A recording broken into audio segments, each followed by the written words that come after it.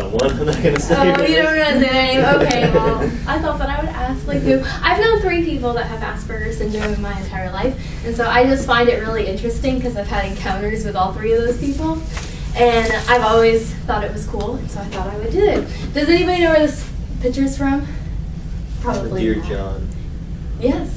It's from Dear John. If you've ever seen the movie or read the book, I preferably like the book better than the movie, but if you've ever seen either one of those, you would know that this is the dad of John Tyree, who's Channing Tatum's character in the movie, and he has Asperger's syndrome.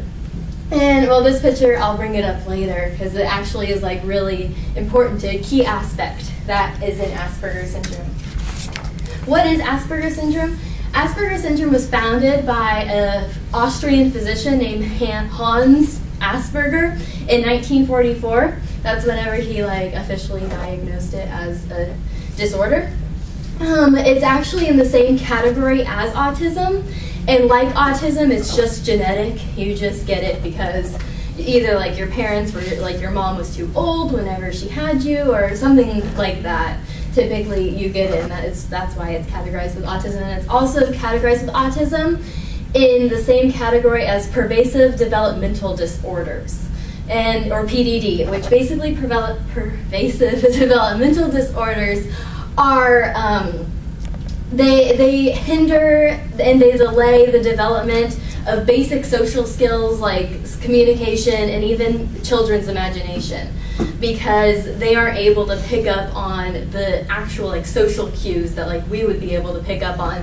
And if you've never known anybody with Asperger's children are typically really awkward to encounter with, and it's really hard for them to keep friends because of that social awkward barrier that they have, and it's really frustrating for them, and I'm going to talk about that later too.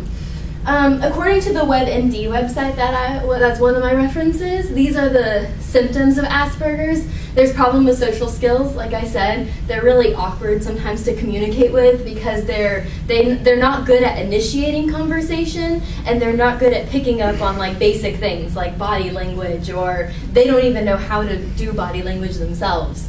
They also have eccentric or repetitive behaviors. One of the girls that I know that has it, she would always, if we would be doing anything. She could be sitting in class, she could be watching a movie, and she would just sit there and go, and she would just fidget with her nose, or she would fidget with her ears or her nose. She would just sit there and do this. And it's what are you doing? And I call it just weird bodily functions that they just do. They just do it, and they have to do it, and it may come off as weird, but it's just they have to do it. Unusual preoccupations or rituals. If you've ever known anybody with Asperger's, you would know that they do not like breaking their schedule. They have a set schedule that they get dressed in. They have a set schedule that they have to be at school at a certain time. And if you make them break this schedule, they will not be happy with you. One of the other people that I know with Asperger's, she's a girl too, but she has the unusual preoccupations or rituals actually corresponds with OCD, because a lot of people with Asperger's can be categorized with also OCD because of this weird ritual thing that they have to do. And one of the girls that I know has to, an OCD person, she has to make sure every door's locked all the time in her house. She'll run around the house and she'll fidget with the doors just to make sure that no one can get in and everything's okay. There's a communication difficulties. Like I said, they don't really initiate conversation, and they also don't receive they aren't very good at communicating, and they aren't very good at picking up body language, which can be really difficult for them. They have a limited range of interests, which basically means that people with Asperger's focus on typically one particular thing. Another one of the people, I said I knew 3, so I'm talking about all of them, but the last person that I know that had it was a boy, and he was 10, and he loved World War II, and he could tell you everything there was to know about World War II.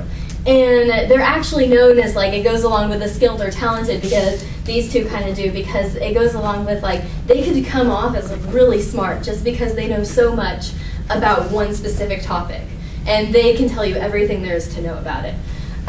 Coordination problems, they're really clumsy. They're really clumsy with how they eat and how they walk even and how they talk. They're really uncoordinated, and I think the eating thing has to deal with their social cues and their social pickups, because they just don't pick that up. So back to the picture. Why it's important is because if you've seen the movie or read the book, you would know that his dad has Asperger's, and he is right now inspecting coins, which his main interest or focus is coins. And throughout the whole movie, he's just obsessed with them. And in this room that he's in right now, he has like thousands of coins. And he inspects them, and he organizes them and everything. And his interest is coins. And throughout the movie, you see that because he'll talk to Amanda Seyfried's character all the time about coins, because she knows about Asperger's, and they communicate about that, and she finds it really interesting. The prevalence and incidence is that Asperger's is more common than autism, even though it's known as a unique disorder because not a lot of people have it. It's actually more common. I found that interesting. And since it's a unique disorder, there's really not a specific number of people who have it and people who don't have it. There's just they estimated, which on one website it said about 2 to 6 out of 1,000 children have it. And then on another website that I went to, I'm guessing the website was from Sweden, because it said in Sweden, children from ages 7 to 16 years old, there's 36 out of 10,000 children that have it. And it is more common in males than it is females, and the male to female ratio is 4 to 1. The treatment, there's no exact treatment or medication because there just isn't, because there's not one specific thing that's wrong with it. There's a lot of other things that go in to make Asperger's. But on this website that I'm about to show you, there are 2 types of interventions. There's psychological and psychopharmacological, I don't know how to say that word, interventions. And I'm going to go, on this website, I'm going to go into detail about what both of those interventions have about them. Okay.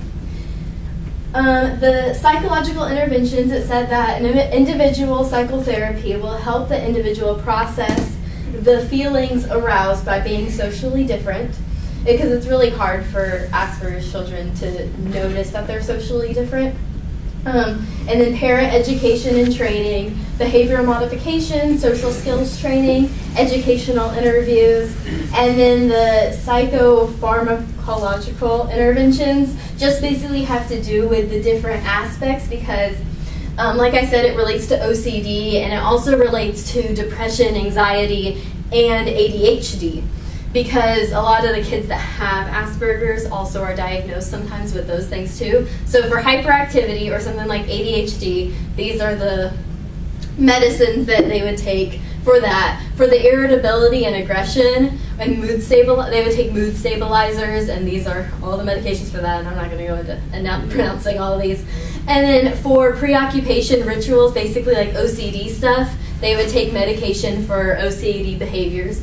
And then for anxiety, they would basically take anxiety medications that would calm them down and not make them so scared all the time, I guess would be the right word. Where is it?